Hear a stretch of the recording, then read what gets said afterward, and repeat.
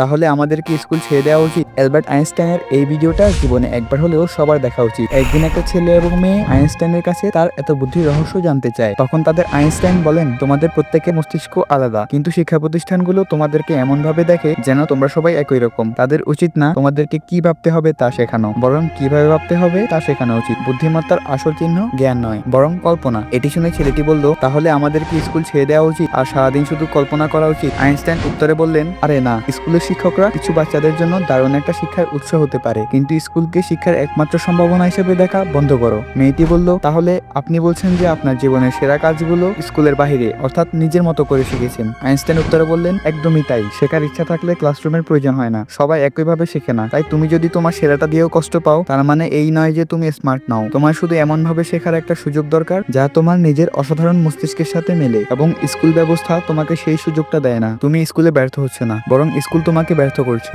এই কথোপকথনটি অ্যালবার্ট আইনস্টাইনের বিখ্যাত উক্তিসমূহ এবং তার জীবন কাহিনীর উপর নির্মিত। কাল্পনিক দৃশ্যকল্প হলেও খুবই বাস্তব। এ নিয়ে আপনার মতামত কমেন্টে বলতে ভুলবেন না। ভিডিওটি ভালো লাগলে লাইক, ফলো এন্ড সাবস্ক্রাইব